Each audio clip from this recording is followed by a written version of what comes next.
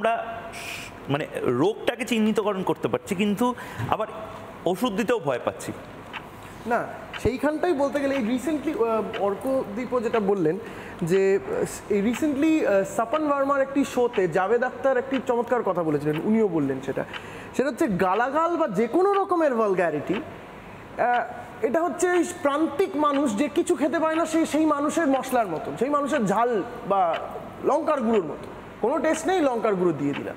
তো যে কোনো রকমের ভালগ্যারিটি ইজ লাইক দ্যাট, সেখানে আমি ক্র্যাক করতে পারছি না, I can't crack a joke, সেইখানে I will take some effort, আমি সেখানে গালাগাল দেবো বা কোনো রকম এমন কিছু করার চেষ্টা করবো যেটা কিনা একটু হাটকে হবে, যেটাতে আমি জিনিসটাকে মেকআপ দিয়ে দিতে পারবো। এনিওয়েজ, সো এবার this is a very important question যে রণবীর এলাহাবাদিয়ার মতন এতই একজন সাকসেসফুল ইউটিউবার এবং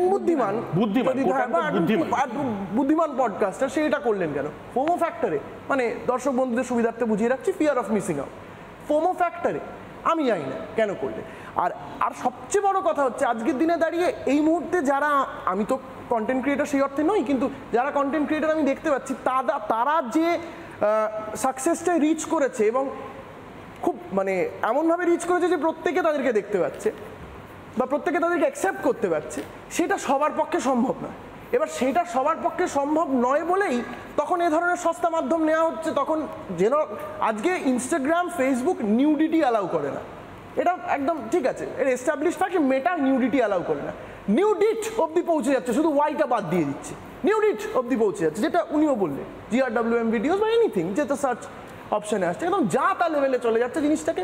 যা তা লেভেল মানে কি? মানে যা তা লেভেলে চলে যাচ্ছে বিভিন্ন রকম ক্ষেত্রে। এই মানে সফট পর্ন এন্ডোর্স করছে। যদি এক্স প্ল্যাটফর্মটায় যাই তাহলে হার্ডকোরও আছে, সেটা অ্যালাউ। আমি ওটাতে ঢুকছি না, যেহেতু এক্স হ্যান্ডেল ইলন মাস্ক যেরকম বলেছে, আমি কোনো সেন্সরশিপ না, যেহেতু এক্স ভারতবর্ষে কত লোক ইউজ করে, ইনস্টাগ্রাম তার থেকে অনেক বেশি লোক, ইউটিউব তার থেকে অনেক বেশি, আমি এক্সে ঢুকছি না।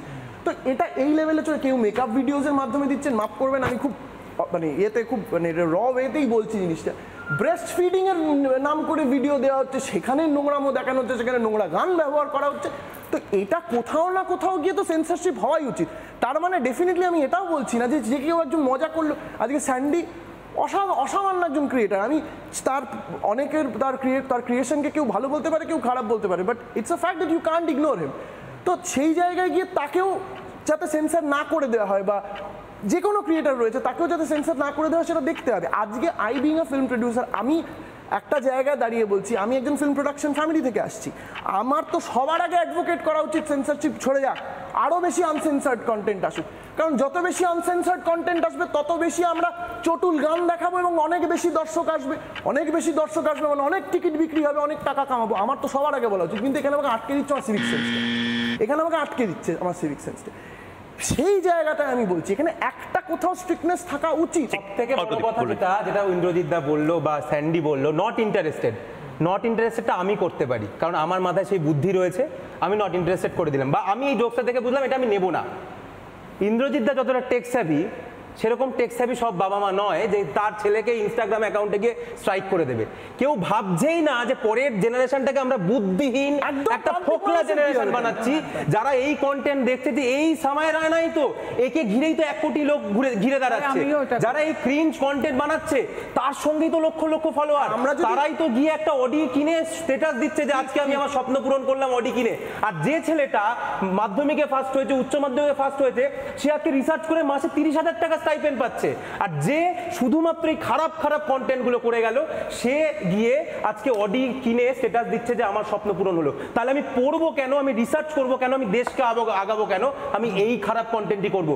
এই বাচ্চাদেরকে এটা শেখাবে কে? ভারতে আমরা দেখেছি বসে একদম নির্দিষ্টভাবে বাংলাদেশ এপিসোডের সময় বাংলাদেশ সাইবার যারা হ্যাকার্স আছে তারা ঠিক কিভাবে এই লড়াইটাকে লড়ছে, এবং মেটা পার্শিয়ালি এই কাজটা করেছে। সুতরাং আমরা কেন মেটার ওপরে, বা যেটা খুব ভয়ঙ্কর কথা বললেন যে ইনস্টাগ্রামে মানে এরকম যদি সার্চ অপশনস থাকে, তাহলে মানে এটা তো ভয়ঙ্কর। যে গত 1 মাসে মুর্শিদাবাদ বা কোনো গ্রাম থেকে কিন্তু 100 মেয়ে নিখোঁজ হয়ে গেছে। আমাদের রাজ্যে এটা একটা ভয়ঙ্কর ট্রেন্ড। কি সেই যে রিলস বানাতে গিয়ে, ইনস্টাগ্রাম দেখতে গিয়ে হয়তো কত মেয়ে ফিল্মে নামবো কি কোনো কিছু করবো, সেই আশায় কত মেয়ে হারিয়ে যাচ্ছে। এগুলো কিন্তু খুব চিন্তার বিষয় হয়ে দাঁড়ায়। মানে এগুলোকেও আপনি নোটিফাই করার জন্য বলছেন? নিশ্চয়ই। বেশ। সৌমিত্র। মানে ওনার যাই হোক, আমি একটা অন্য জিনিস বলি। অনেকে অনেকক্ষণ ধরে অনেক জিনিস নিয়ে কথা বলছে, কি করা উচিত কি করা উচিত না। তো প্রথম কথা হচ্ছে কমেডি কি এবং কার কাছে কোনটা ফান এবং কোনটা কমেডি এবং কোনটা লাফটার জেনারেট করবে সেটা একান্তভাবে তার ব্যক্তিগত, প্রথম কথা। দ্বিতীয় কথা, অনলাইনে আমরা কি দেখছি সেটা কিভাবে আমাদের মেন্টালিটিকে রিপ্রেজেন্ট করছে এবং সেটাকে শেপ করছে, তার যদি আমরা কথার জন্য খালি আজকে ইন্ডিয়াস গট লেটেন্টের কথা বলি, তাহলে আমি আজকে গত 1 মাস ধরে ন্যাশনাল টেলিভিশনে যে আইআইটিএন বাবার কথা চলছে তার কথাও তুলে আনার চেষ্টা করব। আইআইটিএন বাবাকে দেখে আমরা দেখেছি যে তিনি একজন ড্রাগ অ্যাডিক্ট, তিনি কনজিউম করছেন। কটা ন্যাশনাল মিডিয়া অন টেলিভিশন বলেছে যে না, এটা ঠিক না। আইআইটি থেকে তুমি পড়াশুনো করেছো, তুমি একটা ওয়েতে গেছো এবং সেই ওয়েটা ঠিক না। কটা ন্যাশনাল টেলিভিশন মিডিয়া এই কথাটাকে প্রপাগেট করেছে, রাদার আমরা দেখেছি যে তাকে একটা রোল মডেল বানানো হয়েছে। সো এই যে একটা কম্পালশন ন্যাশনাল মিডিয়া, তাদেরও থাকা উচিত। এই যে ডিজিটাল ব্রডকাস্টিং বিলের কথা বলা হচ্ছে, রেগুলেশনের কথা বলা হচ্ছে, যেখানে যেখানে রেগুলেশন আছে সেখানে সেখানে এক্স্যাক্টলি কী কী হয়েছে আমরা সেগুলো দেখতে পাই। প্রেস ফ্রিডম ইন্ডিয়া কোথায়? 2024-এ দ্য নাম্বার ইজ 159th। ময়ূকদা বা অন্যান্য জার্নালিস্টরা অ্যাগ্রি নাই করতে পারে, but it's a global data. CBFC, যার নামের মধ্যে সেন্সরশিপ ওয়ার্ডটাও নেই, তার প্রাইমারি কাজ হচ্ছে সেন্সরশিপ করা।